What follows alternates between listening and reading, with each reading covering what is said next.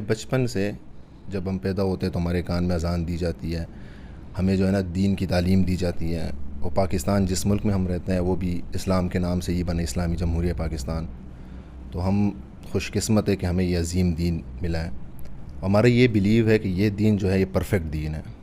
اسی طرح غیر مسلم ہوتے ہیں تو وہ جب اپنے مذہب میں پیدا ہوتے ہیں تو ان کا بھی یہ بیلیو ہوتا ہے کہ ان کا مذہب پرفیکٹ مذہب ہے۔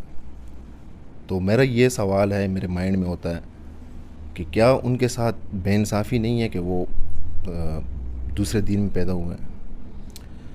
لا حول ولا قوة الا باللہ، اللہم صلی علی محمد وعلی آل محمد۔ آپ کا سوال جو ہے وہ ایک کامن پبلک والا سوال ہے۔ بات یہ ہے کہ سب سے پہلے یہ سمجھ لیں کہ آپ کو یہ جو بتایا گیا کہ آپ بڑے خوش نصیب ہیں، تو شاید یہ بھی کوئی اتنی بڑی حقیقت نہیں ہے۔ مجھے بتائیں اس سے بڑھ کر بد نصیب کون ہے جو دریا کے کنارے پیاسا مر جائے؟ ریگستان میں کوئی پیاسا مر جائے تو اس پہ صبر آ جاتا ہے، لیکن دریا کے کنارے کوئی پیاسا مر جائے تو صبر بھی نہیں آتا۔ تو مسلمان وہ لوگ ہیں جو دریا کے کنارے رہتے ہوئے پیاسے مر رہے ہیں۔ یہ ہمیں کسی نے غلط بتا دیا کہ ہم مسلمانوں کے گھر پیدا ہو گئے تو اب جنت یا کامیابی ہمارا مقدر ہو چکی ہے۔ بالکل ایسا نہیں ہے۔ ہر شخص نے اس دوڑ میں حصہ لینا ہے، اس کے بعد جو لوگ کامیاب ہوں گے وہی لوگ کامیاب ہوں گے۔ یہ دماغ سے بالکل کیڑا نکال دیں کہ مسلمانوں کے گھر پیدا ہونے سے جنت گارنٹیڈ ہو چکی ہوئی ہے۔ ہر شخص کو اللہ تعالیٰ کی پہچان کرنی ہے، پھر جتنے گیون سرکمسٹانسز تھے اس میں اسے جتنی بات سمجھ آئی، اللہ تعالیٰ اس کی شاکلہ کے مطابق قیامت کے دن اس کا فیصلہ کرے گا۔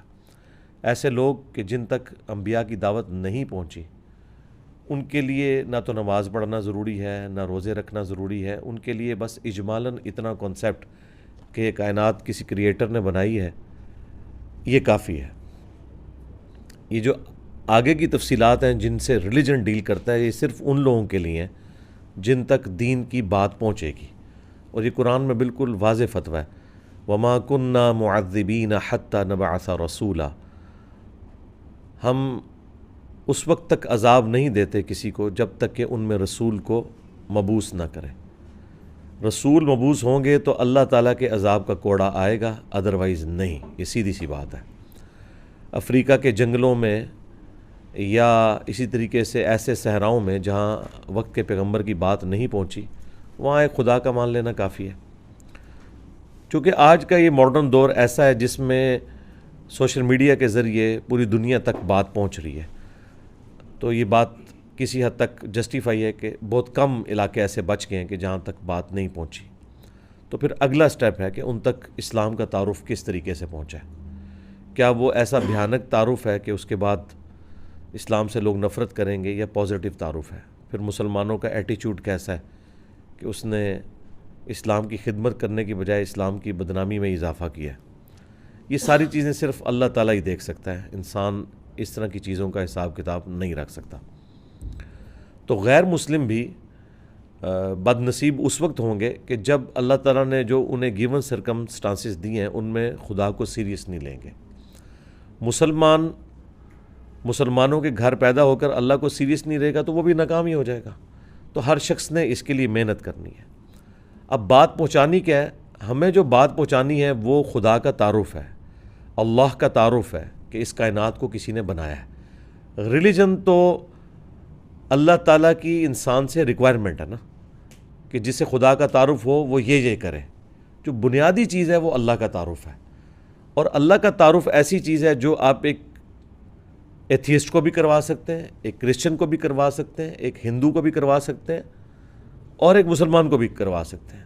ونس جب وہ گاڈ کو سیریس لے پھر وہ ریلیجن کی طرف آئے گا، پھر اللہ تعالیٰ اس کے لیے راہیں آسان کرے گا، لیکن پہلی شرط یہ ہے کہ وہ سیریس لے۔ وَالَّذِينَ جَاهَدُوا فِينَا لَنَهْدِيَنَّهُمْ سُبُلَنَا۔ جو لوگ ہماری راہ میں کوشش کرتے ہیں ہم ہدایت اور کامیابی کی راہیں ان کے لیے کھول دیتے ہیں۔ اسی لیے آپ دیکھیں جو لوگ کوشش کرتے ہیں وہ نان مسلم سے مسلم ہو جاتے ہیں، اور جو کوشش نہیں کرتے وہ مسلمانوں کے گھر پیدا ہو کر بھی مسلمانوں والا نام لے کے دنیا سے جاتے ہیں، مرتے وہ کفر کے اوپر ہیں۔ اگرچہ ان کا جنازہ لاکھوں لوگ پڑھ لیں، ان کو غسل دینے والے نیکوکار لوگ ہوں، ان کی میت کے اوپر جو ہیں وہ وقت کے سارے علماء بھی جمع ہو جائیں، اللہ کے حضور وہ ناکامی کی موت مر گئے، یہ اللہ نے فیصلہ کرنا ہے۔ تو اس لیے بد نصیب وہ ہے کہ جو خدا کو نہیں پہچانتا، خوش نصیب وہ ہے جو خدا کو پہچان لے، اور جب کوئی خدا کو پہنچا لے گا، خدا کو پہچان لے گا اور خدا کو سیریس لے گا، انشاءاللہ تعالی وہ حق بات تک پہنچ جائے گا۔ اور اس میں آخری چیز صرف ایڈ کر دوں، اس کے بعد آپ اگلے سوال کی طرف آئیں۔